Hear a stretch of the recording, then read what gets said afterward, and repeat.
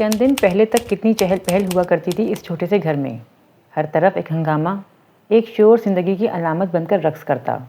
مگر اب یوں لگتا تھا جیسے ہر شخص دوسرے شخص سے چھپنے کی کوشش میں مصروف ہو، جیسے ہر کوئی خود کو مورد الزام ٹھہرا رہا ہو. وہی بیٹھک تھی جہاں ابا کا حقہ ہمہ وقت تازہ رہتا. کبھی کوئی دوست آ جاتا تو کبھی کوئی شاگرد. ریٹائرمنٹ کے بعد ابا کا واحد مسکن یہ بیٹھک ہی تھی جو ہر وقت آباد رہتی. اماں حقہ گرم کرتیں، چائے کا پانی کھولاتی کھولاتی خود کھولنے لگتیں تو شامت بھابھی کی آ جاتی، اور جب وہ ہنستے ہوئے آگے بڑھتیں، لائیں اماں میں بنا دوں چائے. رہنے دو بی بی، سارا زمانہ بدل گیا مگر یہ نگوڑا حقہ نہ بدلا بڑے میاں کا. وہ یوں ہی بڑبڑاتی رہتیں، عائشہ بیٹا لگتا ہے تمہاری ساس سچ مچ بوڑھی ہوتی جا رہی ہیں. ابا بھابھی سے بآواز بلند سرگوشی کرتے، واہ میاں واہ، اسی بڑھیا نے کی ہیں ساری عمر تمہاری خدمتیں. اماں تب کر رہ جاتی اس جملے پر. ارے نیک بخت، بس چل چلاؤ کا وقت ہے، کون جانے کب بلاوا آ جائے. ابا کے لہجے کا ٹھہراؤ اماں کو ہولا جاتا. ارے خدا نہ کرے. اماں ایک پل میں سارا غصہ بھول بھال کر ابا کی صحت سلامتی کی دعائیں کرنے لگتیں اور کبھی خود کو کوسنے لگتیں. میں ہی سٹھیا گئی ہوں، نہ جانے کیا کیا منہ سے نکل جاتا ہے، معاف کرنا میرے مالک. وہ اور بھابھی ہنسنے لگتیں تو اماں چپ کر جاتیں. ہنسا نہ کرو بچیوں، تمہیں کیا معلوم کتنی بخت آور ہے وہ عورت جسے اپنے شوہر کے ہاتھوں سے قبر کی مٹی نصیب ہو. ان چھوٹی چھوٹی جھڑپوں سے محبتوں کی خوشبو محسوس ہوتی. پھر بڑی آپا تھیں، بلا کی جذباتی. ایف اے کے بعد ہی ابا نے ان کی شادی طے کر دی. عدیل بھائی انجینئر تھے، ابا کی سب سے بڑی بہن کے اکلوتے بیٹے. اچھے خاصے شریف النفس اور ہنسمکھ سے انسان تھے. شاید تبھی گزارا ہو رہا تھا، ورنہ آپا کی تو اپنی ساس سے ایک دن بھی نہ بنی تھی. جب بھی میکے آتیں وہ تو عاصم اور تانیہ میں کھو جاتیں اور آپا اپنی ساس کی برائیاں شروع کر دیتیں. ایک لمبی فہرست ہوتی ان کے پاس شکوے شکایتوں کی. اماں ماتھے پر ہاتھ رکھ کر بیٹھ جاتیں. سوچا تھا پھپھی ہے، بھتیجی کا ہی خیال کرے گی. ابا کو پتہ چلتا تو وہ الٹا آپا کو سمجھانے لگتے. سب کو صرف میرا قصور نظر آتا ہے. آپا کی سوں سوں پر ابا بھی گھبرا جاتے. رابعہ بیٹی، میں یہ کب کہتا ہوں کہ صرف تم قصوروار ہو، مگر بیٹا گھر بنانے کے لیے بہت کچھ سہنا پڑتا ہے. صبر و استقامت، حوصلہ، بزرگوں کا احترام، خاموشی، ایسے پل ہیں جن سے گزر کر ہی عورت کندن بنتی ہے. میں یہ نہیں کہتا کہ تم دبتی چلی جاؤ، مگر بعض باتوں کو نظر انداز کر دینا اور کچھ پر چپ ہو جانا 100 جھگڑوں کو نپٹاتا ہے. اپنی ماں سے پوچھو کیا کچھ برداشت نہیں کیا اس نیک بخت نے. ابا کا مضبوط لہجہ، اماں کی نصیحتیں، دامن میں بھر کر وہ پھر سسرال جا پہنچتیں. ان کے بعد منجلی آپا تھیں. نازک اور کامنی سی فائزہ کو آپا کی شادی میں ہی عدیل بھائی کے دوست فیضان بھائی نے پسند کر لیا. چند سال کے بعد وہ منجلی آپا کو ساتھ لے کر جدہ فلائی کر گئے. اب منجلی آپا کے فون اور خط آتے رہتے. فہد اور اذان کی پیدائش کے بعد ان کی فیملی بالکل مکمل ہو گئی، اور چھوٹی آپا کو بڑی خالہ نے اپنے ڈاکٹر بیٹے کے لیے پسند کیا تو خاندان بھر کی شرپسند خواتین نے دانتوں تلے انگلیاں دبا لیں، جو اکثر بآواز بلند طنز کے تیر برساتی تھیں. 4 سلیں ہیں سینے پر دھری، کسی ایک کی بھی شادی نہیں ہوئی. تو اماں کی آنکھوں میں نمی تیر جاتی. اماں دامن پھیلا پھیلا کر بیٹیوں کے لیے دعا مانگتیں، اور اب ان کا رواں رواں اپنے رب کا شکر گزار تھا. ان کے بعد بھیا تھے، اپنی ذات میں مست. جو مل گیا تو اس پر شکر ہی شکر، جو نہیں ملا اس کی پرواہ نہیں. نہ کوئی شوق نہ مشغلہ، بالکل ابا کی دوسری شکل. جیسے ہی اسرار بھائی کو اچھی جاب ملی، اماں فٹ سے بھانجی لے آئیں. ہنستی مسکراتی، شوق سی عائشہ کے ہونٹوں پر ہمہ وقت ایک مسکان ٹھہری رہتی جو اسرار بھائی کو دیکھ کر کچھ اور گہری ہو جاتی. مست الس سے اسرار بھائی اور شوخ و شنگ عائشہ بھابھی، خوبصورت کپڑوں اور زیورات کی دیوانی، سیر سپاٹے کی شوقین. ان کے بعد ابرار تھا، نہایت لاابالی اور لاپرواہ نوجوان، کرکٹ کا دل دادا. بی اے کے دوران ہی تعلیم کو خیر آباد کہہ دیا تھا، اب بس کرکٹ تھی. اور ابرار کو گھر کے کسی مسئلے سے سروکار نہ تھا، جبکہ باہر ساری دنیا کے سارے مشغلے اس کے تھے. ابا اور اس کے درمیان اتنا ہی فاصلہ تھا جتنا قطب شمالی اور قطب جنوبی کے درمیان گھر بھر میں اس کی بس امیمہ سے بنتی تھی۔ بلنگو باندھ دعوے مگر عمل کچھ بھی نہیں۔ یار امیمہ، میں بہت کچھ کر سکتا ہوں مگر اس گھر میں رہ کر کچھ نہیں ہو سکتا، بس ایک بار مجھے ویزا مل جائے۔ ارے جنہوں نے کرنا ہو وہ کر ہی لیتے ہیں، تیرے جیسے بس ٹھوکریں ہی کھاتے ہیں۔ اماں اگر چڑی بیٹھی ہوں تو اس کی بات پر ایسا ہی تبصرہ فرماتی تھیں، موڈ اچھا ہو تو سمجھانے بیٹھ جاتی۔ گھر کے حالات، ابا کی ریٹائرمنٹ، سارا گھر صرف اسرار بھائی کے کندھوں پر تھا۔ امیمہ کی ذمہ داری ابھی باقی تھی۔ وہ منہ بنا کر امیمہ کی طرف دیکھتا، یہاں واقعی کچھ نہیں ہو سکتا، اور بیٹ اٹھا کر باہر نکل جاتا۔ وہ واقعی اتنا بےحس تھا یا کچھ سمجھنا ہی نہیں چاہتا تھا، حالانکہ بھابھی کے ساتھ اس کی چہیلیں چلتی رہتیں۔ امیمہ کا بھی خاصا خیال رکھتا۔ امیمہ کو کتابیں پڑھنے کا شوق تھا، وہ ڈھونڈ ڈھونڈ کر اس کے لیے کتابیں لاتا۔ لو امیمہ، امجد اسلام امجد کی نئی کتاب آ گئی تھی لائبریری میں، پھر خود بھی پڑھتا اور وہ دونوں گھنٹوں سر جوڑے کتاب پر تبصرے کرتے رہتے۔ اور پھر آخری نمبر امیمہ کا تھا، جہاں گھر بھر کی لاڈلی تھی وہیں سب سے زیادہ ڈانٹ بھی کھاتی۔ حد سے زیادہ حساس مزاج، کبھی شعلہ کبھی شبنم، نہ عام لڑکیوں کی طرح کپڑے لتے کا شوق، نہ میک اپ، نہ چوڑیاں۔ شوق تھا تو کتابیں چاٹنے کا۔ کتاب ہاتھ میں ہو تو امیمہ صاحبہ ساری دنیا بھول جاتی۔ پاگل ہو جاؤ گی کتابیں پڑھ پڑھ کر، ہوتا کیا ہے ان میں بے جان اور کھوکھلے لفظوں کے سوا۔ عائشہ بھابھی کو سخت چڑ تھی اس کی کتابوں سے۔ اچھا بھلا وہ رات کے ڈرامے میں ہیروئن کے زیبتن کیے ہوئے ملبوسات پر تبصرے کر رہی تھیں۔ امیمہ صاحبہ بس ہوں ہاں کیے جاتیں، آنکھیں کتابوں پر ٹنگی ہوتیں۔ پاگل کیوں؟ آپ کو کیا پتا، جب بھی میں کوئی نئی کتاب پڑھتی ہوں ذہن و دل میں ایک نیا چراغ جل اٹھتا ہے۔ وہ کتاب سنبھالتی اٹھتی اور کھسڑ کھسڑ چپل گھسیٹتی پچھلے برآمدے میں جا نکلتی، جہاں اس کا دوسرا شوق اس کا منتظر ہوتا۔ برآمدے کے سامنے کچی زمین پر چھوٹا سا کھیت آباد تھا، جہاں ہر موسم کی سبزیاں اپنے اپنے وقت پر باہر دکھاتیں۔ امیمہ صاحبہ سارا دن ان سبزیوں کی آبیاری میں مصروف رہتیں، اور یہ واحد شوق تھا جس پر اماں کو کوئی اعتراض نہ تھا کہ گھر بھر کی سبزی کی اچھی خاصی ضرورت پوری ہو جاتی تھی۔ ورنہ جب امیمہ نے سامنے کے برآمدے اور صحن میں گلاب اور پام کے گملے رکھے تو اماں نے اچھی خاصی جھاڑ پہ لائی تھی اور پیسے کا ضیاع قرار دیا تھا۔ اس کی چپل کی گھسڑ گھسڑ سن کر پچھلے برآمدے میں پڑے تخت پر بلا جمان ساکت و صامت وجود میں جنبش ہوتی تو فریم پر لگے کپڑے پر ایک ایک کر کے ٹانکے دوبارہ جڑنے لگتے۔ کبھی کبھی وہ ہاتھ روک کر امیمہ کی طرف دیکھتی تو سوئی کی نوک کپڑے کے سینے میں گھس کر رک جاتی۔ یہ کتابوں کی دیوانی لڑکی، لاپرواہ مگر حد سے زیادہ حساس، جو کتاب میں لکھے ایک ایک لفظ کو اپنے اندر اتار لینا چاہتی ہے، اور جو کوئی نیا لفظ سوالیہ نشان بن کر سامنے آ کھڑا ہو تو اس لفظ کا ہاتھ تھام کر معنی کی تلاش میں بہت دور جا نکلتی ہے۔ اور کہتے ہیں آ گئی عذاب ہے۔ سوئی کی نوک کپڑے کے سینے سے نکلتی تو ایک ایک کر کے پھر سے ٹانکے جڑنے لگتے۔ امیمہ کو یہ ساکت و خاموش سا وجود سب سے مختلف اور منفرد لگتا۔ پتہ نہیں آسیہ پھپھو شروع سے ہی ایسی تھی یا، مگر امیمہ نے انہیں ایسا ہی دیکھا تھا۔ کبھی ان کے ہاتھوں کی انگلیوں کو سوئی دھاگے سے الجھتے دیکھا تو کبھی اون سلائیوں سے، تو کبھی گھر کے کاموں میں۔ کہتے ہیں دادا جان نے آسیہ پھپھو کی شادی بہت کم عمری میں کر دی تھی۔ ولیمے کے بعد جب آسیہ پھپھو گھر آئیں اور دستور کے مطابق چند دن بعد جب عمر پھپھا کو انہیں لینے آنا تھا، مگر آتے ہوئے راستے میں ہی موت کا فرشتہ انہیں اچک کر لے گیا، اور وہ جو 16 سنگھار کیے اپنے پریتم کا انتظار کر رہی تھیں پتھر ہو گئیں۔ اماں نے ان کی چوڑیاں توڑ ڈالیں، ٹیکا، جھومر، سرخ دوپٹہ سب ان کے سامنے بکھرے بین کرتے رہے۔ دادی اماں نے روتے ہوئے ان کا چہرہ تھپڑوں سے لال کر دیا۔ دادا جان باہوں میں لے کر سسکتے رہے، مگر ان کی آنکھ سے ایک آنسو بھی نہ نکلا۔ اور آج بھی فریم پہ لگے کپڑے پہ لگائے ٹانکا یوں ہو جاتا اور وہ اسے ڈھونڈتے ڈھونڈتے نہ جانے کہاں جا نکلتیں۔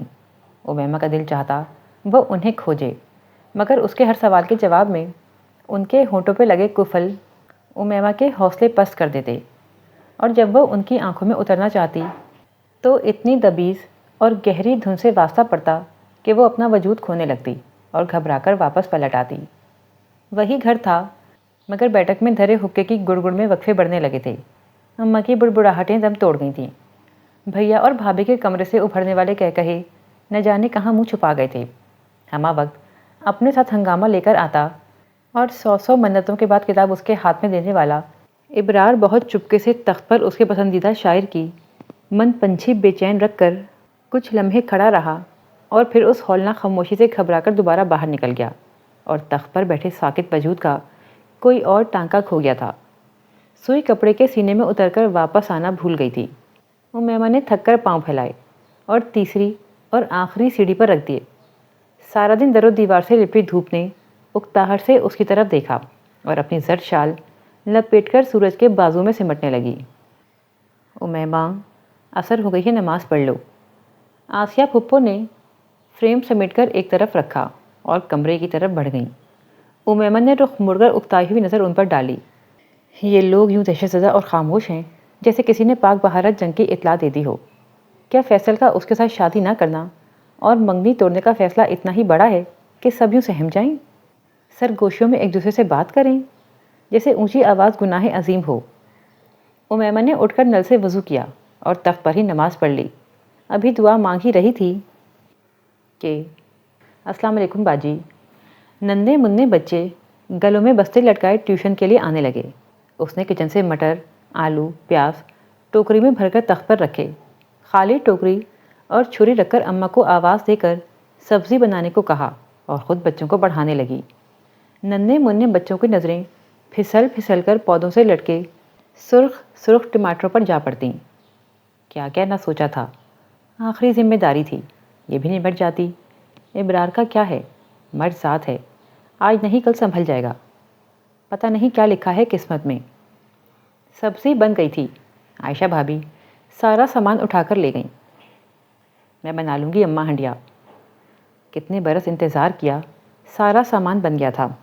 نہ جانے کون پرکٹی فیصل کو لے اڑی، خود لڑکے نے انکار کر دیا۔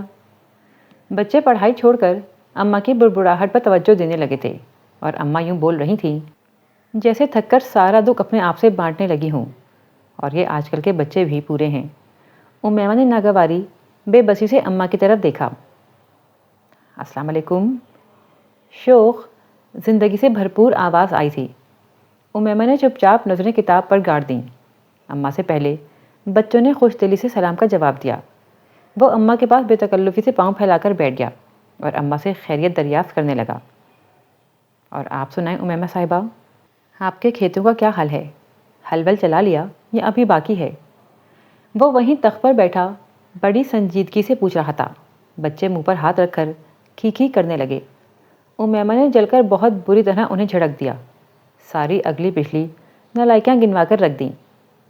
مامی ذرا رفتار دیکھیں، توبہ توبہ۔ وہ تو کہہ کر تخت پر گرے مٹر کے دانوں کی طرف متوجہ ہوا اور اٹھا کر ہتھیلی پر رکھ کر رگڑے اور منہ میں رکھ لیے۔ لیکن اماں ایک سرد آہ بھر کر رہ گئیں۔ امیمہ نے بچوں کو چھٹی دے دی۔ بچے سلام کرتے اپنے اپنے بستے اٹھائے بھاگ گئے۔ تمہیں کیا معلوم بیٹے کیا ہو گیا ہے ہمارے ساتھ؟ امیمہ طویل سانس لے کر کھڑی ہو گئی، ایک نظر اس پر ڈالی اور کمرے میں آ گئی۔ مامی خدا کا شکر ادا کریں، قبل از وقت پتہ چل گیا۔ اگر شادی کے بعد فیصل کسی کو پسند کرتا تو پھر؟ وہ اماں کو تسلیاں دے رہا تھا۔ تو امیمہ صاحبہ آپ اس لیے اداس ہیں؟ بچے پڑھ کر جا چکے تھے۔ وہ وہیں اپنی پسندیدہ جگہ پر گھٹنوں کے گرد بازو لپیٹے آسمان پر پھیلتے رنگوں کو دیکھ رہی تھی جو کچھ دیر میں رات کی سیاہی میں گم ہونے والے تھے۔ امیمہ نے چپ چاپ قمیص کا دامن گھٹنوں پر پھیلا کر تخت کی طرف دیکھا۔ پھپھو کے بغیر یہ تخت کتنا عجیب لگتا ہے، اس نے سامنے کھڑے 6 فٹ کے زندہ وجود کی نفی کرتے ہوئے سوچا۔ ویسے کتنے دن جاری رہے گا یہ سوگ؟ اس نے ذرا جھک کر گندمی رنگت والی آمسی لڑکی کو دیکھا۔ میں کسی بات کا سوگ نہیں منا رہی، وہ بھڑکی اٹھی۔ اچھا؟ اس کے لہجے میں بے یقینی تھی۔ یہ شخص؟ امیمہ نے سر اٹھا کر بلیک پینٹ اور اسکائی بلو شرٹ میں ملبوس ڈاکٹر انش روہیل کو بے بسی سے دیکھا۔ ڈاکٹر انش روہیل، مجھے اس رشتے کے ختم ہونے پر رتی بھر بھی افسوس نہیں۔ اگر ایسا ہے تو برآمدے میں گلاب کے پودے کیوں سوکھ رہے ہیں اور یہ کھیت میں بھی حل نہیں چلا؟ وہ پینٹ کی جیبوں میں ہاتھ گھسا کر حیرت سے بولا، اور وہ جو اٹھ کر اندر جانے کے لیے بڑھ گئی تھی اس کی طرف مڑی۔ گلاب کے پودے اس لیے سوکھ رہے ہیں کہ ابھی بہار کا آغاز نہیں ہوا، اور یہ کھیت؟ امیمہ نے ایک نظر اجڑے سے کھیت پر ڈالی اور پھر کچھ کہے بغیر اندر بھاگ گئی۔ رات کو اس نے سب کے ساتھ بیٹھ کر کتنے دنوں بعد پیٹ بھر کر کھانا کھایا اور پھر سب کے ساتھ مل کر ٹی وی دیکھا۔ ابرار بھی چہکنے لگا۔ عائشہ بھابھی کے حلق میں گھٹے کہے بھی ابل آئے۔ اتنے دن بھابھی اور پھپھو مل کر سارے کام نپٹاتی رہی تھیں، اس سے کوئی کام بھی نہ کہتیں۔ رات کو اس نے دونوں کے ساتھ مل کر کام نپٹایا۔ وہ برتن دھو کر کچن میں رکھنے آئی تو آسیہ پھپھو نے دونوں ہاتھوں میں اس کا چہرہ تھام لیا۔ دکھوں کو اپنے اندر جگہ دیتے ہیں بیٹا، دکھ ماتھے پر سجا لیے جائیں تو جہاں کچھ لوگوں کو دکھی کرتے ہیں وہیں دنیا ہنسنے بھی لگتی ہے۔ آسیہ پھپھو اس کی پیشانی پر پیار کر کے باہر نکل گئیں۔ یہ کیا بات ہوئی بھلا؟ امیمہ نے عائشہ سے پوچھا۔ اللہ کا شکر ہے امیمہ، تم ٹھیک ہو گئیں، ورنہ ہم تو پریشان ہو گئے تھے۔ عائشہ بھابھی اپنی دھن میں بولیں۔ مجھے کیا ہوا تھا؟ میں تو صرف اس لیے پریشان تھی کہ آپ سب لوگ پریشان تھے۔ اماں اور ابا کی پریشانی کا سوچ کر ہی ہول اٹھتے تھے، اور یہ بھی کہ ان لوگوں کی پریشانی کی وجہ میں ہوں۔ امیمہ نے کہا تو وہ ہنسیں، اور ہم یہ سمجھے بیٹھے تھے کہ تم نے فیصل کے اس فیصلے کو دل سے لگا لیا ہے۔ ہیں؟ اچھا دفع کرو، وہ قابل ہی کب تھا تمہارے۔ صبح بڑی روشن اور خوبصورت تھی۔ عائشہ کے ساتھ مل کر اس نے سارے کمروں، دونوں برآمدوں اور صحن کو چمکا ڈالا۔ ستونوں سے لٹک آنے والی بیلوں کو درست کیا، گملوں سے سوکھے پتے نکال کر پودوں کو پانی دیا۔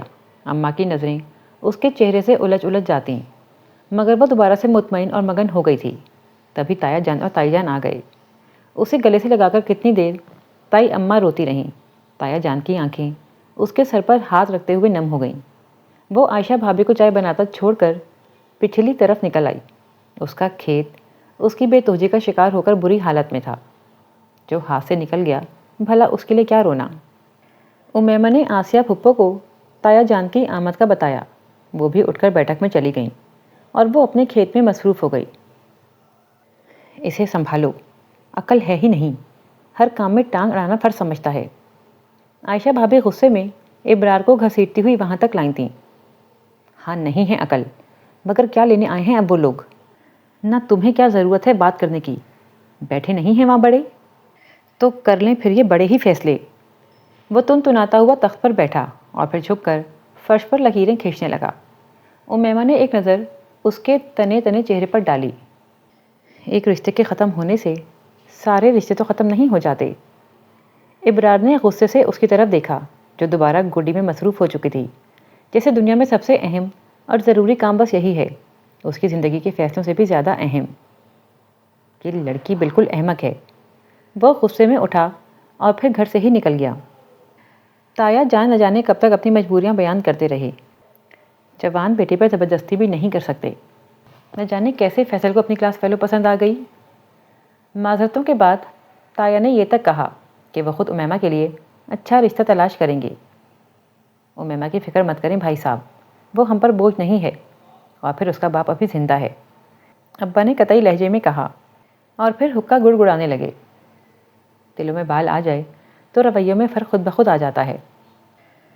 تایا جان اور تائی اماں بیٹھک ہی سے چلے گئے۔ چائے سامنے پڑی ٹھنڈی ہوتی رہی، کسی نے اسے چھوا بھی نہیں۔ چائے کے ساتھ رکھے لوازمات ابرار کے دوستوں کے کام آئے۔ اماں تایا جان پر آیا غصہ ابرار کے دوستوں پر نکالنے لگیں۔ آوارہ، لفنگے، سب چٹ کر گئے۔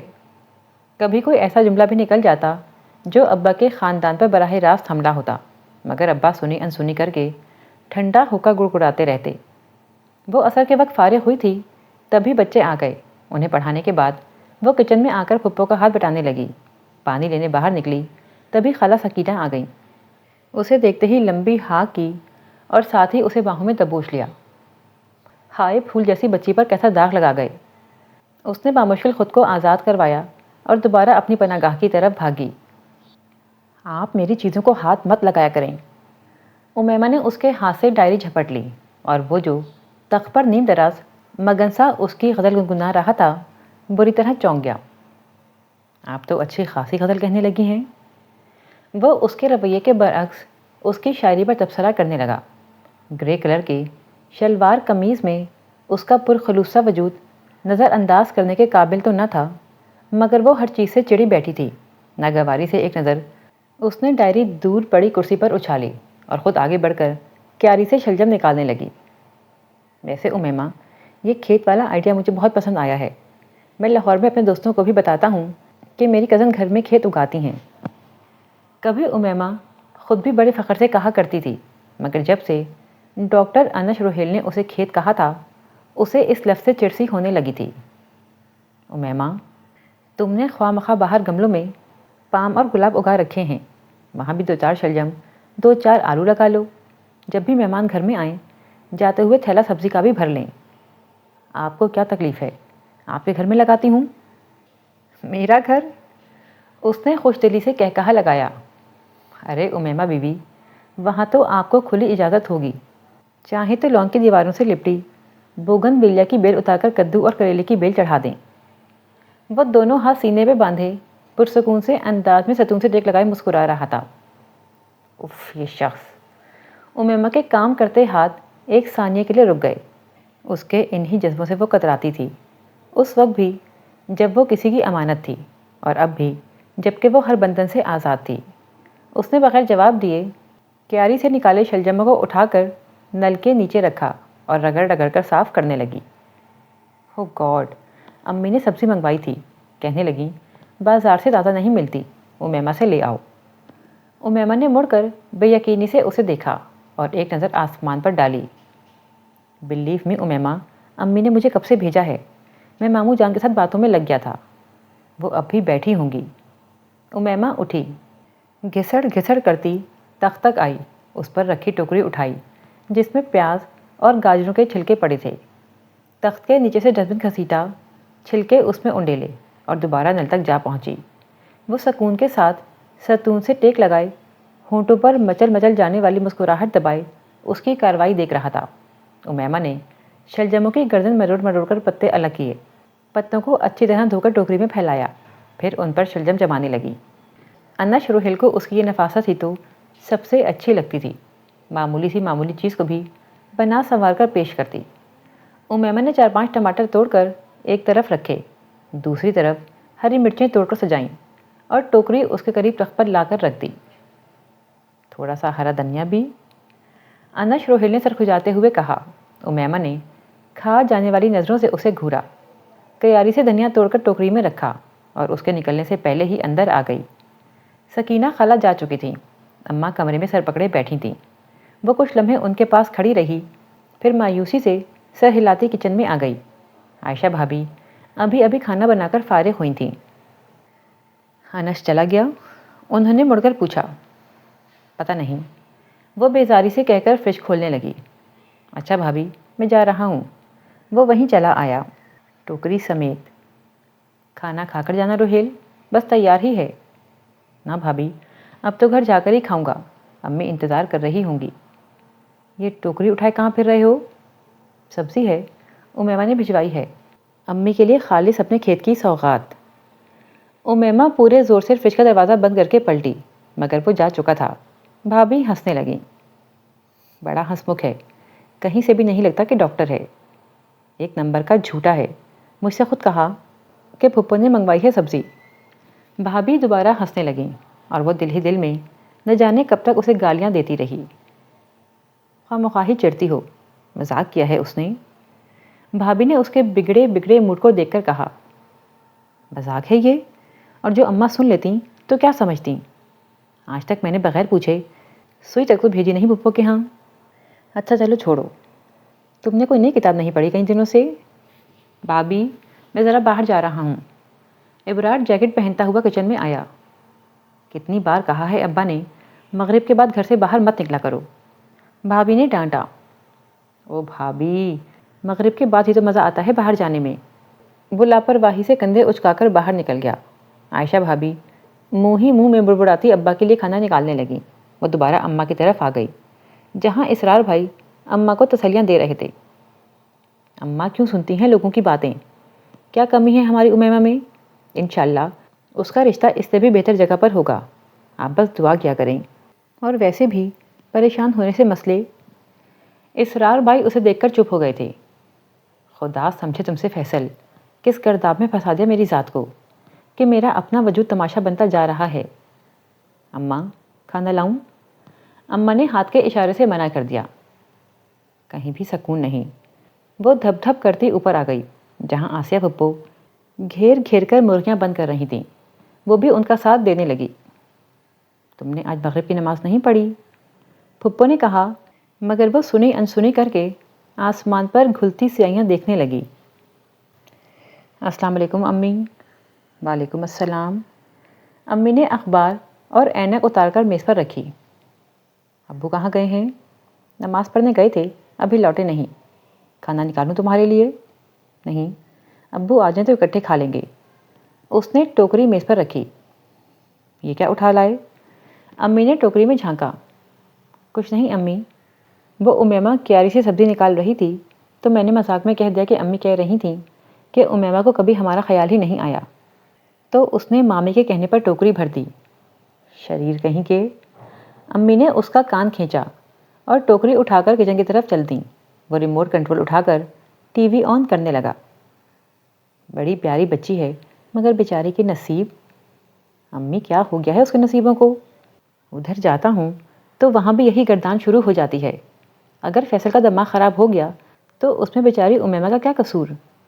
وہ سنجیدگی سے بولا، فیصل کا دماغ خراب کرنے میں بھابھی کا ہاتھ ہے۔ اب سارے خاندان میں دھوم مچا رکھی ہے کہ فیصل نے خود ہی انکار کر دیا تو جوان اولاد پر کیا زور۔ مگر میں جانتی ہوں جس دن سے فیصل کو بینک مینیجری ملی ہے بھابھی کی آنکھیں ہی بدل گئی ہیں۔ امی پہلے ہی بھری بیٹھی تھیں۔ مگر فیصل کی اچھی پوسٹ سے رشتہ ٹوٹنے کا کیا تعلق؟ روہیل واقعی اس بات کو سمجھ نہیں سکا تھا۔ بس بیٹا، یہی دستور چل نکلا ہے۔ ذرا لڑکا اچھی پوسٹ پر لگا نہیں کہ خاندان کی اپنی بچیاں کوڑی لگنے لگتی ہیں۔ امی نے افسردگی سے کہا، تو میں تو آپ کا اکلوتا بیٹا ہوں، اچھا خاصا کماتا ہوں، تو پھر آپ کو تو کچھ زیادہ ہی اونچا سوچنا ہوگا۔ روہیل نے مسکراتے ہوئے بازو ان کے کندھے کے گرد پھیلائے۔ ہٹو، ماں کو ایسا سمجھ رکھا ہے؟ میں تو پہلی ترجیح خاندان کی بچیوں کو ہی دوں گی، اور خبردار جو تم نے بھی ادھر ادھر جھانکا۔ انہوں نے خفگی سے اس کا بازو جھٹکا۔ تو امی، پھر امیمہ میں کیا برائی ہے؟ اس نے سرسری سے انداز میں کہتے ہوئے ریموٹ کنٹرول اٹھا لیا۔ ہیں؟ انہوں نے چونک کر اس کی شکل دیکھی۔ میں تو 100 بار جاؤں بھائی کے گھر دامن پھیلا کر؟ تجھے پسند ہے امیمہ؟ انہوں نے اشتیاق سے پوچھا تو وہ مسکرا دیا۔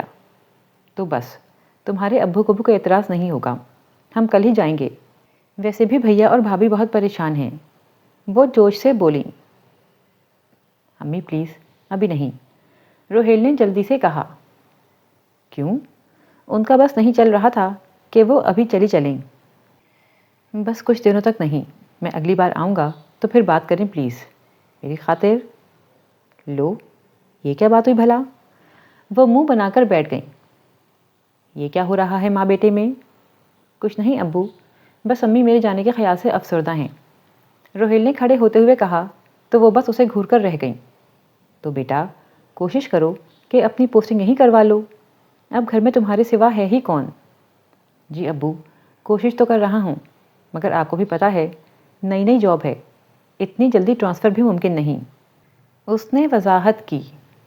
اگلے دن اسے جانا تھا، جاتے ہوئے بھی امی سے وعدہ لے کر گیا کہ وہ اس سے پوچھے بغیر کوئی بات نہیں کریں گی، جس پر وہ خاصی خفا بھی ہوئیں۔ کتنے ہی دن گزر گئے، امیمہ نے پھر سے خود کو اپنے مشغلوں میں گم کر لیا، لوگوں کی پرواہ کرنا ہی چھوڑ دی۔ بڑی آپا اور چھوٹی آپا بھی آئی تھیں، تسلیاں دلاسے دیتی رہیں۔ دونوں بہنوئیوں نے بھی تعاون کا یقین دلایا۔ ہم خود اپنی بہن کے لیے اچھا رشتہ تلاش کریں گے۔ اماں کی دھاڑس بن گئی، جبکہ وہ بڑبڑاتی رہی۔ اب دنیا میں بس ایک یہی کام رہ گیا ہے کہ امیمہ بی بی کا رشتہ تلاش کیا جائے۔ عائشہ بھابھی اس کی بڑبڑاہٹیں سن سن کر ہنستی رہتیں۔ صبح سے ہلکی ہلکی رمجھم ہو رہی تھی۔ صحن میں رکھے گلاب اور پام کے پودے اس رمجھم سے نکھر سے گئے۔ انار کے پودوں پر پہلا شگوفہ بہار کی علامت بن کر پھوٹا تھا۔ وہ اور عائشہ بھابھی سر جوڑے فیشن میگ سے ڈیزائن دیکھ رہی تھیں۔ آج کل وہ بھابھی کی ہر بات بڑے غور سے سننے لگی تھی کہ ذہن بھی بٹانا تھا۔ کبھی دونوں کھڑکی سے جھانک کر موسم کا لطف لینے لگتیں۔ پاس بیٹھی آسیہ پھپھو کے ہاتھوں میں اون سلائیاں آ گئی تھیں۔ وہ اذان اور فہد کے لیے سویٹر بن رہی تھیں۔ پھپھو، کتنا اچھا موسم ہو رہا ہے نا؟ وہ کبھی کبھی سر اٹھا کر ان سے کہتی تو وہ بغیر جھانکے اسباب میں سر ہلا دیتیں کہ ان کے اندر باہر بس ایک ہی موسم تھا، دھندلا اور کوہر آلود موسم۔ دادا جان نے پھپھو کی دوسری شادی کی کوشش نہیں کی تھی؟ امیمہ نے سرگوشی میں پوچھا۔ کیوں نہیں، مگر شادی کا نام سنتے ہی ان کی حالت خراب ہونے لگتی تھی۔ ایک عجیب ہذیانی سی کیفیت طاری ہونے لگتی تھی ان پر۔ دراصل امیمہ، پھپھو کو ابھی تک یقین نہیں آیا کہ عمر پھپھا اس دنیا میں نہیں ہیں۔ اب خود ہی دیکھ لو، 15 برس گزر گئے اس حادثے کو، مگر آج تک ان کی آنکھوں سے ایک آنسو بھی عمر پھپھا کے نام پر نہیں بہا۔ حالانکہ تمہیں یاد ہوگا کہ جب دادا جان اور دادی جان فوت ہوئے تو یہی پھپھو کیسے بلک بلک کر روئی تھیں۔ سب نے سوچا تھا کہ اب وہ نارمل ہو جائیں گی، مگر عائشہ نے دھیمی آواز میں بتایا اور میک بند کر کے ایک طرف رکھ دیا تو امیمہ نے بھی افسردہ سی ہو کر ناصر کاظمی کی خشک چشمے کے کنارے اٹھا لی۔ او بدذوق خواتین، اتنے اچھے موسم میں اندر بیٹھی ہو؟ ابرار شور مچاتے ہوئے اندر آیا۔ بدذوق کسے کہا ہے؟ امیمہ نے کتاب لہرائی۔ اپنی پیاری پھپھو کے سوا جو بھی اس کمرے میں موجود ہے۔ اس نے لاڈ سے پھپھو کے قریب بیٹھ کر بازو ان کے کندھے کے گرد پھیلایا۔ ویسے باذوق دیور جی، یہ آج آپ کو کیسے خیال آ گیا اس خوبصورت موسم میں گھر بیٹھنے کا؟ بھابھی نے چھیڑا۔ کبھی کبھی خوبصورت موسم میں گھر میں بیٹھنے کو بھی دل چاہتا ہے۔ پھپھو، سموسے بنائی نا؟ اس نے پھپھو کے ہاتھ سے سلائیاں لے لیں۔ میں تو تھک گئی ہوں، پہلے ہی اتنی مشکل سے کام نپٹایا ہے، اور میں پڑھ رہی ہوں۔ بھابھی کے کہنے پر امیمہ نے بھی کتاب چہرے کے آگے کر لی۔ اسی لیے میں نے آپ سے نہیں کہا، اس نے جل کر کہا۔ پھپھو، بنائی نا، میں تب تک آپ کا سویٹر بن دیتا ہوں، اس نے مزے سے کہا۔ پھپھو نے پیار سے اس کے سر پر ہاتھ پھیرا۔ اون سلائیاں سمیٹ کر تھیلی میں ڈالیں اور اٹھ کر کچن میں آ گئیں تو امیمہ بھی ساتھ ہی اٹھ گئی۔ اماں کہاں ہیں؟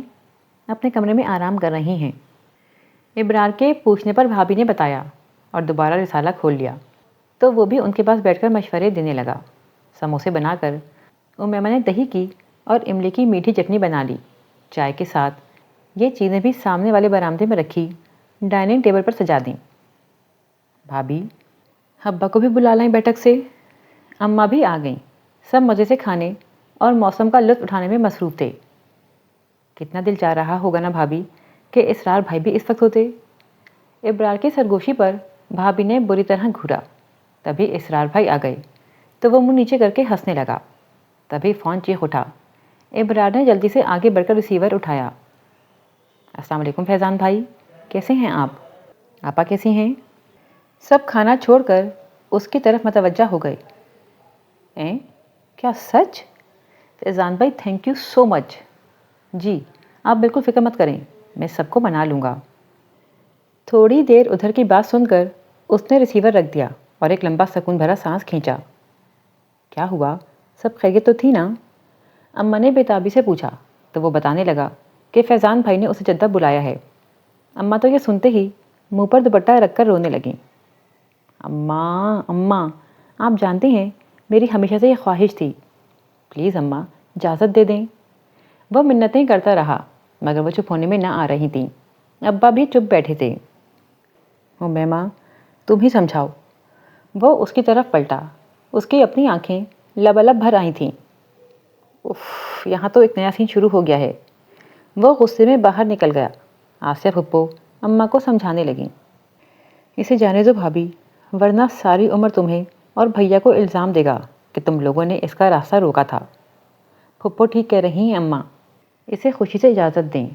2-4 سال کی بات ہے، فیضان بھائی کا وہاں اپنا کاروبار ہے، اچھا ہے کچھ یہ بھی سیکھ جائے گا۔ کیوں ابا؟ بھیا نے چپ بیٹھے ابا سے پوچھا تو وہ چونک گئے، پھر ٹھنڈی سانس بھر کر کھڑے ہو گئے۔ اسے جانے دو، وہ جو چاہتا ہے اسے کر لینے دو، ابا نے قطعی لہجے میں کہا۔ وہ خود بھی اس کے جانے کے خلاف تھے مگر بیٹے کے تیور بھی دیکھ رہے تھے۔ ابا مضبوط لہجے میں کہہ کر باہر نکل گئے۔ اماں کے رونے کی رفتار میں اضافہ ہو گیا۔ امیمہ اور عائشہ بھی ان کا ساتھ دینے لگیں۔ پھر اگلے کتنے مہینے اس کے مصروف گزرے تھے۔ پاسپورٹ، ویزا، ادھر سے فیضان بھائی نے بہت سپورٹ کیا۔ ڈاکٹر انش روہیل نے بہت مدد کی اور وہ 4 ماہ کے بعد بالآخر جدہ فلائی کر گیا۔ جاتے ہوئے اماں ابا کے گلے لگا، پھپھو نے گلے لگا کر پیار کیا، بھابھی نے سر پر ہاتھ رکھ کر نم آنکھوں کے ساتھ دعا دی، امیمہ اسے لپٹ کر رو دی۔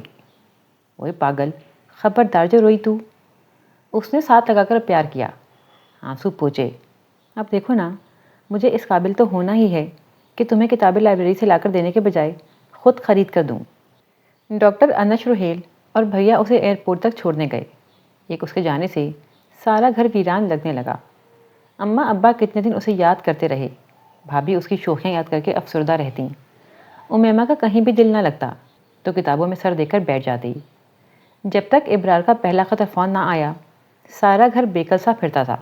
اماں اس کے خط کو دن میں کئی بار پڑھواتی، پھر کبھی کبھی وہ آ جاتا، ڈاکٹر انش روہیل، جس کی زبانی باتیں اسے چڑھا دیتیں۔ نہ جانے کیسا شخص تھا، آ جاتا تو برداشت نہ ہوتا، چلا جاتا تو انتظار سا رہتا۔ جب 2 موسم آپس میں مل رہے ہوں تو ماحول پر عجیب اداسی چھا جاتی ہے، اور یہی اداسی بیزاری بن کر پورے وجود کو گھیر لیتی ہے۔ ایسی ہی بیزاری امیمہ کے وجود پر چھائی رہتی۔ گھر میں کام ہی کتنا تھا، وہ، بھابھی اور پھپھو مل کر کرتیں تو منٹوں میں کام ختم ہو جاتا۔ پھر امیمہ کتابوں میں سر دے کر بیٹھ جاتی، وہاں سے اٹھتی تو پچھلے برآمدے میں جا نکلتی، ادھر سے اکتاتی تو چھت پر پڑی چارپائی پر لیٹ کر مرغیوں کو کڑکڑاتے دیکھتی رہتی، پھر سر سے پیر تک دوپٹہ تان کر لیٹ جاتی۔ سورج مشرق سے مغرب تک کا سفر طے کرتا تو نیچے آ جاتی۔ اس سے تو اچھا تھا بھابھی میں یونیورسٹی میں داخلہ لے لیتی۔ اس دن بھابھی نے اس کے اوپر سے دوپٹہ کھینچا تو وہ چڑھ کر بولی، ہوا کیا ہے تمہیں؟ امیمہ اٹھ کر ٹانگیں سمیٹ کر بیٹھ گئی۔ بھابھی اپنے دوپٹے پر کریشے سے بیل بنا رہی تھیں۔ اچھی لگ رہی ہے نا؟ انہوں نے دوپٹہ پھیلایا۔ ہاں، وہ بیزاری سے بولی۔ طبیعت تو ٹھیک ہے تمہاری؟ ٹھیک ہی ہوں۔ ڈاکٹر کو بلوا لوں؟ بھابھی کے شوخی سے کہنے پر وہ بس گھور کر رہ گئی۔ ڈاکٹر انش روہیل نہیں آیا کئی دنوں سے؟ انہوں نے بڑی لاپرواہی سے کہا تھا۔ اچھا ہی ہے۔ امیمہ، انہوں نے دوپٹہ لپیٹ کر ایک طرف رکھا۔ کیوں چڑھتی ہو اس شخص سے؟ بس وہ مجھے اچھا نہیں لگتا۔ یہ کیا بات ہوئی بھلا؟ اچھا خاصا ہینڈسم ڈاکٹر، اور تمہیں پسند بھی کرتا ہو تو اسے ناپسند کرنے کی کیا وجہ ہو سکتی ہے؟ اور امیمہ، وہ تم سے شادی کرنا چاہتا ہے۔ یہی تو بات ہے بھابھی، اگر وہ مجھے پسند کرتا ہے اور بقول آپ کے وہ مجھ سے شادی بھی کرنا چاہتا ہے تو کیوں بات نہیں کرتا اپنے گھر میں؟ خود سوچیں، اگر پھپھو رشتہ لے کر آئیں تو کیا یہاں سے انکار ہو سکتا ہے؟ وہ ہمارا اپنا ہے، برسر روزگار ہے، بلکہ اگر میں کھل کر کہوں تو وہ فیصل سے کئی درجے زیادہ اچھا ہے، تو پھر وہ میرے پیچھے کیوں پڑا ہے؟ سیدھا سیدھا رشتہ بھیجے، میں کون سا انکار کر دوں گی؟ اس نے منہ بنا کر کہا۔ آج پہلی بار امیمہ نے کھل کر عائشہ سے بات کی تھی۔ وہ کتنی دیر ہنستی رہیں۔ اوہ پاگل لڑکی، اگر وہ تمہیں تمہاری رضا سے مانگتا ہے تو کیا برا ہے؟ تم ایک بار اسے اشارہ تو کرو، اگلے دن وہ پھپھو کو لے کر آ جائے گا۔ نہیں بھابھی، میں اپنی کوئی کمزوری اس کے حوالے نہیں کروں گی۔ امیمہ نے چارپائی کے نیچے چپل تلاش کی۔ عائشہ اس کی اس معصومانہ سی ضد پر سر پیٹ کر رہ گئیں۔ او میری بھولی نند، ایک بار اس کی محبت پر یقین تو کر کے دیکھو۔ یقین ہی تو نہیں آتا، یقین کیسے کرتے ہیں؟ امیمہ نے کھوئے ہوئے لہجے میں پوچھا۔ اس سوال کو اس نے خود بھی کتابوں میں کھوجا تھا کہ وہ خود بھی اس پرخلوص سے انسان پر یقین کرنا چاہتی تھی، مگر نہ جانے کیوں دل پر بے یقینی کی دھوپ سی پھیل جاتی تھی تو کتاب کے سارے لفظ چپ، بے جان اور کھوکھلے ہو جاتے۔ ابا، یقین کیسے کرتے ہیں؟ رات کھانے کے بعد وہ ابا کو چائے دینے آئی تو بے اختیار پوچھ بیٹھی، تو ابا چائے پکڑتے پکڑتے چونک کر اس کا چہرہ کھوجنے لگے تو وہ نظریں چرا گئی۔ یقین تو من میں دھرنا مارے بیٹھا ہوتا ہے بیٹا، من سے ابھرتا ہے، اور جو ہم یقین کرنا بھی چاہیں اور کریں بھی نہ تو؟ امیمہ نے دوبارہ پوچھا۔ تو اس پر چھوڑ دو سب کچھ، وہ بیٹھا ہے نا، اوپر سب اس کے ہاتھ میں ہے، وہی ہلائے گا یقین کی ڈور بھی۔ ابا نے کہا تو وہ سمجھ کر اٹھنے لگی۔ وقت سب سے بڑا منصف ہوتا ہے بیٹا۔ ابا کی آواز ابھری تھی تو گویا اب مجھے اس لمحے کا انتظار کرنا ہے جب میں ڈاکٹر انش روہیل کی محبتوں پر آنکھیں بند کر کے ایمان لے آؤں۔ تو انتظار کرو ڈاکٹر انش روہیل، میرے ساتھ تم بھی۔ ابرار کا فون آیا تھا، خوب چہک رہا تھا۔ بھابھی کو بلا کر خوب مبارکباد دی۔ وہ بیچاری فون کے اس طرف شرم سے سرخ ہوتی رہیں۔ بعد میں امیمہ سے خوب لڑیں۔ میں نے کب بتایا ہے؟ اماں ہی جوش و خروش سے مبارکباد دے رہی تھیں کہ اب تم چاچا بننے والے ہو۔ امیمہ نے کہا، شکر ہے اس گھر میں بھی خوشی آئے گی، وہ تو بس میرا ہوگا، آپ کو پاس بھی نہیں آنے دوں گی۔ امیمہ عائشہ کو چھیڑتی رہتی تو اماں کو چھوٹی آپا کی سونی گود کا احساس ہونے لگتا۔ وہ بے خود سی باہر نکل آئی۔ در و دیوار چاندنی میں نہا رہے تھے اور دیواروں کے سائے، یہ سائے غائب نہیں ہو سکتے۔ اس نے ہونٹوں پر زبان پھیری۔ کونے میں رکھے گھڑے پر سے مٹی کا پیالہ اٹھا کر اس نے پانی بھرا۔ دونوں ہاتھوں میں پیالہ تھام کر اس نے ہونٹوں تک لے جانا چاہا کہ رک گئی۔ کیا میں نے اسے قید کر لیا؟ امیمہ نے پانی کے سینے پر ڈولتے چاند کے عکس کو دیکھ کر سرگوشی کی۔ پگلی پگلی کرنیں ہنستیں۔ یہ تو عکس ہے، سایہ ہے، سراب ہے۔ امیمہ نے چاند کی طرف پشت کر کے پانی میں جھانکا۔ اور اب وہ کہاں گیا؟ اس نے بن پیے پیالہ گھڑے پر رکھ دیا۔ چاند کا عکس دوبارہ پانی میں مسکرانے لگا۔ وہ برآمدے کی سیڑھیوں پر آ بیٹھی۔ آغاز کیا ہے اور انجام کیا، اور ان کے درمیان لٹکتی زندگی، مجبور اور بے بس۔ اداس ہو؟ کرنیں اس کے گرد گھیرا ڈالے رقص کرنے لگیں۔ اس نے آنکھیں بند کر لیں۔ سارے سائے ہٹ گئے۔ وہ جیسے صحرا میں کھڑا تنہا کھجور کا درخت ہو گئی۔ اس کے گرد رقص کرتی کرنیں ساکت ہو گئیں۔ تخت پر پڑے ساکت وجود میں جنبش ہوئی تو وہ چونک گئی۔ سارا سحر ٹوٹ گیا۔ امیمہ، کچھ سناؤ۔ آسیہ پھپھو، عمر پھپھا تو آپ کو یاد آتے ہوں گے نا؟ امیمہ نے گھٹنوں کے گرد بازو لپیٹے۔ جواب میں گہری چپ تھی۔ امیمہ نے گردن گھمائی۔ چاندنی میں گھرا آسیہ پھپھو کا وجود اسے بہت عجیب لگا، اتنا عجیب کہ وہ ڈر گئی۔ آسیہ پھپھو، وہ تو آپ کو لینے آ رہے تھے نا؟ اور آسیہ پھپھو کے ساکت کھڑے وجود میں جنبش ہوئی۔ ان کی کلائی ستون سے ٹکرائی تھی اور اس میں پڑی 4 کانچ کی چوڑیاں ٹکڑے ٹکڑے ہو کر آنگن میں بکھر گئیں۔ ہاں، وہ تو اسے لینے آ رہا تھا، پر راستوں نے گھیر لیا اور انجانی منزلوں کی طرف لے گئے۔ اور وہ جو کہتا تھا، آسیہ، تمہیں اتنی خوشیاں دوں گا کہ سنبھال نہ سکو گی، بس ایک رات اسے دے کر پھر خود بھی رات کا مسافر ہو گیا۔ وہ ایک رات، رو پہلی چاندنی میں نہائی پاکیزہ رات، دلہن کی مانگ میں چمکتی افشاں سے زیادہ روشن رات، پھولوں کی خوشبوؤں سے زیادہ معطر اور مہکتی رات، خوشیوں اور امنگوں بھری رات، بس وہ ایک ملن کی رات۔ اور اس کے بعد ہر رات خون آشام چڑیل بن گئی تھی جو اس کے ارمانوں کے سینے میں اپنے دانت گاڑے قطرہ قطرہ لہو پیتی رہی تھی۔ آج 15 برس بعد یقین کا لمحہ آسیہ کے ہاتھ میں آیا تھا تو امیمہ پتھرائی آنکھوں سے پتھر کے وجود کو چٹکتے دیکھ رہی تھی۔ وہ تو محبت کرتا تھا مجھ سے۔ محبت کرنے والے کیوں مر جاتے ہیں؟ بول امیمہ، یہ محبت کرنے والے کیوں مر جاتے ہیں؟ انہوں نے امیمہ کو جھنجھوڑ کر رکھ دیا۔ سبھی آ گئے تھے، ابا، اماں، اسرار بھیا، عائشہ بھابھی، مگر کسی نے انہیں روکنے کی کوشش نہیں کی تھی۔ آسیہ کے لرزتے، کانپتے، اٹھتے گرتے قدم اپنے کمرے میں جا کر گم ہو گئے۔ لگتا تھا عمر پھپھا کی موت کا سوگ اب منایا جا رہا ہے۔ پھپھو سارا دن تخت پر بیٹھی قرآن پڑھتی رہتیں۔ ان کی آنکھوں میں چھائی دھند ساری برس گئی تھی، مگر پانی تھا کہ ختم ہی نہ ہوتا۔ وہ امیمہ کو پاس بٹھا کر عمر پھپھا کی باتیں سناتی رہتیں، مگر باتیں تھیں ہی کتنی ان کے پاس۔ ایک دن امیمہ کا چہرہ ہاتھوں میں تھام کر غور سے دیکھنے لگیں۔ اسے جانے مت دینا۔ کسے پھپھو؟ دیکھ امیمہ، خوشی بس ایک بار دستک دیتی ہے، اور وہ بھی ایک پل کے لیے۔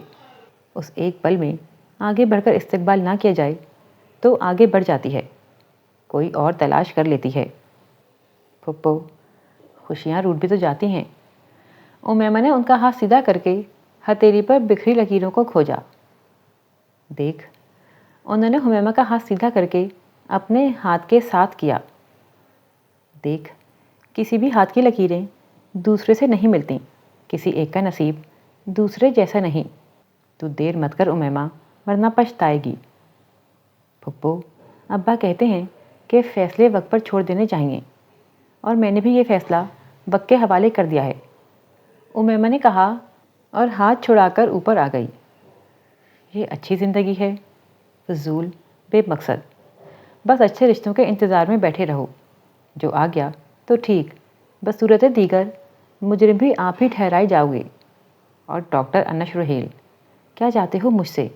نہ چھپتے ہو، نہ سامنے آتے ہو، نہ جانے کون سا کھیل کھیل رہے ہو میرے ساتھ۔ کیوں نہیں آگے بڑھتے؟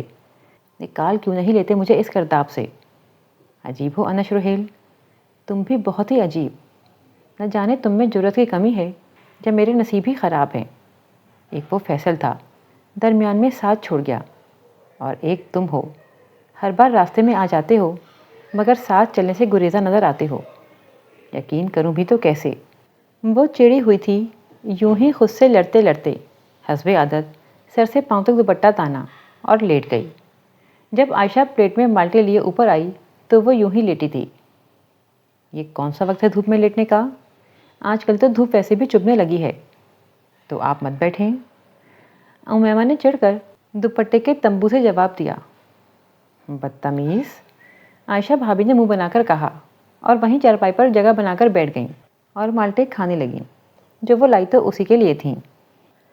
تھوڑی دیر میں امیمہ غافل ہو گئی۔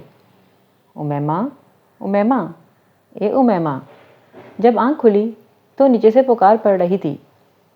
جی اماں، اس نے وہیں لیٹے لیٹے ہی پوچھا۔ آتے ہوئے انڈے اٹھاتی لانا۔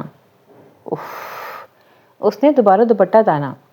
شام ڈھلنے کو تھی اور اس کا نیچے جانے کو بالکل دل نہیں چاہ رہا تھا، یوں ہی کسل مندی سے پڑی رہی۔ اس کا دوپٹہ ہلکے سے کھنچا تھا۔ امیمہ نے دوپٹہ ہٹا کر دیکھا، پھر جلدی سے اٹھ بیٹھی اور ناگواری سے اسے دیکھا تو دیوار پر کوہنی ٹکائے ڈوبتے سورج کو دیکھ رہا تھا۔ بھابھی کہاں ہیں؟ روہیل نے اس کی طرف دیکھے بغیر پوچھا۔ مجھے کیا معلوم، نیچے ہی ہوں گی، مگر نیچے تو نہ بھابھی ہیں نہ مامی۔ روہیل نے یوں ہی کھڑے کھڑے نظروں کا زاویہ بدل کر اسے دیکھا، جو بکھری لٹوں کو کان کے پیچھے اڑس رہی تھی۔ ایک ناگوار سا تاثر جو ہمیشہ ہی روہیل کو دیکھ کر اس کے چہرے پر ہوتا تھا، اس وقت بھی ویسا ہی تاثر اس کے چہرے پر بکھر آیا تھا۔ نہ جانے یہ لڑکی مجھ سے اتنی بدگمان کیوں ہے؟ پھپھو تو نیچے ہی ہوں گی، امیمہ نے جتایا۔ ہاں، مگر نماز پڑھ رہی تھیں۔ تم نماز نہیں پڑھتی؟ آپ کو کیا پتا؟ امیمہ کو غصہ آ گیا، اس لیے کہ میں جب بھی آتا ہوں تم یوں ہی کسی بے مقصد اور فضول سے کام میں مشغول ہوتی ہو۔ جی، اور آپ کے لیے بہت ضروری ہوتا ہے ہر بار یہاں آنا؟ وہ بھڑک اٹھی۔ مہینے میں 2 بار آتا ہوں، تمہیں وہ بھی برا لگتا ہے؟ اس نے ہاتھ میں پکڑا میگزین اس کے پاس چارپائی پر پھینکا اور 2 سیڑھیاں پھلانگتا نیچے اتر گیا۔ وہ کچھ لمحے خالی سیڑھیوں کو گھورتی رہی اور پھر سے جھٹک کر مرغی خانے کا دروازہ کھول کر اندر آ گئی۔ نہ جانے اسے کیوں لگ رہا تھا کہ اس کے دروازے بلکہ کھلے دروازے پر خوشی نے دستک دی تھی، مگر اس نے اپنی نادانی سے دروازہ ہی بند کر دیا۔ انڈے لے کر نیچے آئی تو بھابھی کچن میں کھانا بنا رہی تھیں۔ ہو گئی بات؟ بھابھی نے شوخی سے پوچھا۔ کون سی بات؟ وہ فریج کھول کر انڈے رکھنے لگی۔ اچھا بنو نہیں، وہ تو بڑے موڈ میں گیا تھا کہ آج امیمہ سے آخری بات کر کے ہی جاؤں گا، بہت خوش تھا آج۔ بھابھی نے ٹماٹر کاٹتے ہوئے ہنس کر کہا۔ کون؟ کس کی بات کر رہی ہیں؟ امیمہ حیران حیران سے انہیں دیکھنے لگی۔ اب اتنی معصوم بھی نہ بنو، ڈاکٹر انش رحیل کی بات کر رہی ہوں، بھابھی نے کہا تو امیمہ کو یقین ہو گیا کہ اس نے سارے دروازے اپنے ہاتھوں سے بند کر دیے ہیں۔ امیمہ، کیا ہوا؟ بھابھی اس کا چہرہ دیکھ کر پریشان ہو گئیں۔ کچھ نہیں بھابھی، امیمہ نے پھیکی سی مسکراہٹ سے کہا۔ امیمہ، کیوں سن کر رہی ہو اس پر بھی اور خود پر بھی؟ مجھے معلوم ہے کہ تم بھی اس سے محبت کرتی ہو، اگر محبت نہیں تو پسند ضرور کرتی ہو، مگر تمہارا رویہ امیمہ۔ کہیں تم ابھی تک فیصل سے؟ بھابھی نے پرخیال نظروں سے اس کا چہرہ کھوجا تو وہ تڑپ اٹھی۔ کیا کہہ رہی ہیں بھابھی آپ بھی؟ اس رشتے کے حوالے سے مجھے فیصل سے انسیت سی تھی جو اس رشتے کے ساتھ ہی ختم ہو گئی۔ تو پھر کیوں تنگ کرتی ہو اس شریف انسان کو؟ بھابھی وہ دیوار سے ٹیک لگا کر بیٹھ گئی۔ بھابھی میری کچھ سمجھ میں نہیں آ رہا، میں یقین کرنا چاہتی ہوں مگر یقین کا کوئی لمحہ میرے ہاتھ بھی تو آئے۔ وہ بے بسی سے بولی۔ خدا کی قسم بھابھی، ایک بار، صرف ایک لمحہ یقین بن کر میری ہتھیلی پر ٹھہرے تو صحیح، میں مٹھی بند کر لوں گی، اسے دل میں یوں چھپا لوں گی کہ بے یقینی کی دھوپ کی ہلکی سی تپش بھی اس تک نہ پہنچے، مگر ایسا کوئی لمحہ میرے ہاتھ آئے بھی تو۔ میں جب بھی اسے دیکھتی ہوں یقین کرنا چاہتی ہوں مگر بے یقینی راستہ روک لیتی ہے، حالانکہ اس کی آنکھوں سے نکلتی روشنیوں میں میرا پورا وجود بھیگ جاتا ہے۔ اس کی آواز کی سچائی آپ اپنی گواہی دیتی ہے، مگر پھر بھی میں کیا کروں بھابھی، میں کیا کروں؟ وہ دونوں ہاتھوں میں چہرہ چھپا کر سسک اٹھی تو عائشہ بھی اس کے پاس آ بیٹھی۔ دراصل امیمہ تم خوف زدہ ہو، فیصل کے رویے نے تمہیں ہر شخص سے بدظن کر دیا ہے، مگر امیمہ ہر شخص فیصل تو نہیں ہو سکتا نا۔ اچھا چلو چھوڑو۔ بھابھی دوبارہ سالن کی طرف متوجہ ہوئیں۔ یہ فیصلہ ہم باقی وقت پر چھوڑتے ہیں، تم نے اپنی غزل پڑھی؟ کون سی غزل؟ اس نے ہتھیلی سے چہرہ صاف کرتے ہوئے پوچھا تو عائشہ بھابھی کا دل چاہا اس احمق لڑکی کا سر پھوڑ ڈالیں، مگر بامشکل ضبط کیا۔ اوپر روہیل تمہیں غزل دکھانے ہی تو گیا تھا۔ امیمہ کو وہ رسالہ یاد آ گیا، وہ بھاگتے ہوئے اوپر گئی، میگزین اٹھا کر ورق پلٹتی نیچے آ گئی۔ کہاں ہے بھابھی؟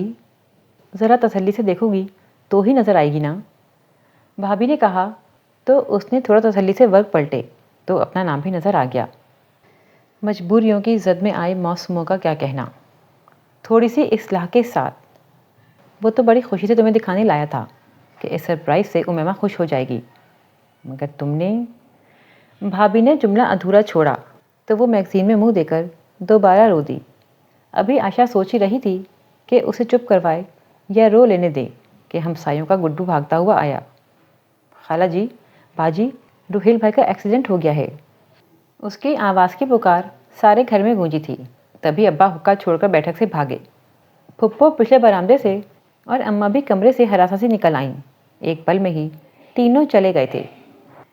امیمہ، بھابھی نے امیمہ کے زرد چہرے کو دیکھ کر پکارا۔ امیمہ کا پورا وجود ساکھ تھا، اندر باہر چپ کے ڈیرے تھے اور جسم کی عمارت میں بس ایک ہی آواز گونج رہی تھی، اگر اسے کچھ ہو گیا تو کیا تو زندہ رہ پائے گی؟ یقین بس ایک لمحے کا کھیل ہے اور وہ لمحہ امیمہ کی گرفت میں آ گیا تھا، مگر کس وقت؟ امیمہ کا پورا وجود خدا کی بارگاہ میں سراپا دعا بن گیا، اس کا رواں رواں خدا کے حضور سجدہ ریز تھا۔ عائشہ کبھی دروازے تک جاتی، کبھی پلٹ آتی۔ کچھ لمحوں بعد اسرار بھائی آ گئے۔ کیسا ہے روہیل؟ بھابھی تڑپ کر آگے بڑھیں۔ اللہ کا احسان ہو گیا، بس معمولی چوٹیں ہیں، اسرار بھائی نے بتایا تو سکون سا رگو پے میں اتر آیا۔ ہم بھی دیکھنے چلے جائیں؟ بھابھی نے جھجکتے ہوئے پوچھا۔ ہاں، اماں وغیرہ میں سے کوئی آ جائے تو تم لوگ چلے جانا۔ اماں کی واپسی خاصی دیر سے ہوئی۔ بھابھی نے دوبارہ ساری تفصیل پوچھی جو کہ تسلی بخش تھی۔ اماں، ہم بھی چلے جائیں؟ بھابھی نے پوچھا۔ ہاں، اسرار کو لے جاؤ، اماں نے کہا تو بھابھی نے جلدی سے کیاری سے 5-6 گلاب توڑے، پام کے چھوٹے 2 پودوں کو ارد گرد لگا کر گلدستہ سا بنایا، یوں لگتا تھا جیسے کسی نے دونوں ہاتھوں میں گلاب تھام رکھے ہوں۔ یہ کس لیے؟ اماں نے حیرت سے پوچھا۔ اماں، کسی کی عیادت کو جائیں تو پھول لے کر جاتے ہیں، بھابھی نے ہنس کر کہا اور جلدی سے اس کا ہاتھ پکڑ کر باہر نکلیں۔ اسرار کو تو لے جاؤ اماں، وہ تھکے ہوئے ہیں اور پھر یہیں تو جانا ہے، بھابھی نے پکار کر کہا اور جلدی سے دروازے سے نکل گئیں۔ اور اماں کتنی دیر نئے فیشنوں کو کوستی رہیں۔ بھلا پھول لے جانے کا کیا فائدہ؟ لے جانا ہی ہے تو بندہ کوئی پھل فروٹ ہی لے جائے، مریض کے کام تو آئیں۔ السلام علیکم پھپھو۔ پھپھو کچن میں یخنی بنا رہی تھیں۔ کیسا ہے روہیل؟ بھابھی نے پوچھا تو پھپھو کی آنکھیں بھر آئیں۔ وہ کتنی دیر پھپھو کو تسلیاں دیتی رہیں۔ پھپھو ہم دیکھ لیں وہ سویا تو نہیں؟ بھابھی نے پوچھا۔ ارے نہیں، تم لوگ چلو، میں یہ یخنی لے کر آتی ہوں، پھپھو نے کہا تو وہ امیمہ کا ہاتھ تھام کر اس کے کمرے کی طرف چل دیں۔ وہ بیڈ پر آنکھیں موندے پڑا تھا۔ اس کے آنکھیں کھلنے سے پہلے ہی عائشہ گلدستہ امیمہ کے ہاتھ میں تھما چکی تھی۔ وہ بھابھی آپ؟ ارے امیمہ صاحبہ بھی آئی ہیں؟ اس کے لہجے کا طنز۔ امیمہ کی آنکھیں جھلملا گئیں تو جلدی سے پلکیں چکا لیں۔ وہ دیکھ تو چکا تھا مگر انجان بن گیا۔ بڑا ستایا تھا اس لڑکی نے۔ کیسے ہو روہیل؟ بھابھی نے پیار سے اس کے بالوں پہ ہاتھ پھیرا۔ خدا کا شکر ہے بھابھی، کسی کی دعائیں بچا گئیں، اگر کسی نے کی ہوں تو۔ روہیل نے اس کی لرزتی پلکوں پر کانپتی شبنم کو دیکھا۔ کسی کی بات چھوڑو، کسی کی ہر دعا اب بس تم تک ہی پہنچتی ہے، بھابھی نے شوخی سے کہا۔ یہ کیسے ہو گیا؟ کیا یقین آ گیا ہماری وفاؤں پر؟ وہ ان آنکھوں میں جھانکنا چاہتا تھا مگر وہ پلکیں ہی نہ اٹھا رہی تھی۔ ارے ایسا ویسا، بھابھی نے ہنس کر کہا۔ کیا ایک لمحے میں ہی؟ ابھی چند لمحوں پہلے تک تو، روہیل نے حیرت سے پوچھا۔ یقین تو ایک لمحے کا ہی کھیل ہے، بھابھی نے اس کی بات کاٹی۔ اف کیسا ہوگا وہ لمحہ؟ روہیل نے سکون سے پلکیں موندی۔ روہیل پلیز تنگ مت کرنا، وقت کم ہے، بھابھی نے اس کے کان میں سرگوشی کی اور امیمہ سے 1 منٹ کہہ کر باہر نکل گئیں۔ امیمہ بچی نہ تھی کہ بھابھی کے جانے کو نہ سمجھ پاتی، مگر وہ خود بھی اس لمحے کو کھونا نہیں چاہتی تھی، مگر وہ کیا کہے۔ اس نے پلکیں اٹھا کر اسے دیکھا جو آنکھیں بند کیے بڑے سکون سے لیٹا تھا۔ مگر میں کیا کہوں، وہ تذبذب کا شکار تھی۔ وہ بھی محسوس کر رہا تھا، دل کہتا تھا آگے بڑھ کر اس کی پذیرائی کرو جو چہرے پر یقین کی روشنی بکھرائے کھڑی ہے، مگر وہ ضبط کیے پڑا رہا۔ کتنی دیر ہو گئی، یہ آنکھیں کیوں نہیں کھولتے؟ وہ جھنجھلا گئی۔ اگر تم ایک بار کہہ دو تمہیں میرا ساتھ قبول ہے تو میں سب کچھ بھلا کر تمہارے ساتھ چل دوں گا، وہ آنکھیں بند کیے ہی بولا۔ مگر میں یہ کیسے کہوں؟ وہ ہونٹوں پر ہاتھ رکھے سوچے گئی اور پھر ایک دم آگے بڑھ کر گلدستہ تکیے کے پاس رکھ دیا۔ تھینک یو، آپ کا خاموش اعتراف اچھا لگا، اس نے سیدھا ہو کر گلدستہ اٹھاتے ہوئے کہا اور ایک طویل سانس کھینچ کر گلابوں کی خوشبو اپنے اندر اتار دی۔ تھینک یو، اس نے دوبارہ کہا۔ کس بات کا؟ امیمہ نے بے اختیار پوچھا۔ پھول لانے کا۔ وہ ایک لمحے کے لیے رکا، ورنہ آپ ان پتوں میں ٹماٹر اور ہری مرچیں سجا کر بھی لا سکتی تھیں، تو وہ کھلکھلا کر ہنس دی۔ بس پھپھو آ رہی ہیں، بھابھی تیر کی طرح اندر آئیں۔ جب پھپھو یخنی لے کر آئیں تو وہ آنکھیں موندے لیٹا تھا۔ عائشہ بھابھی بڑی سنجیدگی سے اس کا سر دبا رہی تھیں، جبکہ امیمہ کرسی پر بیٹھی یقین کی روشنی چہرے پر سجائے ہنسی ضبط کر رہی تھی۔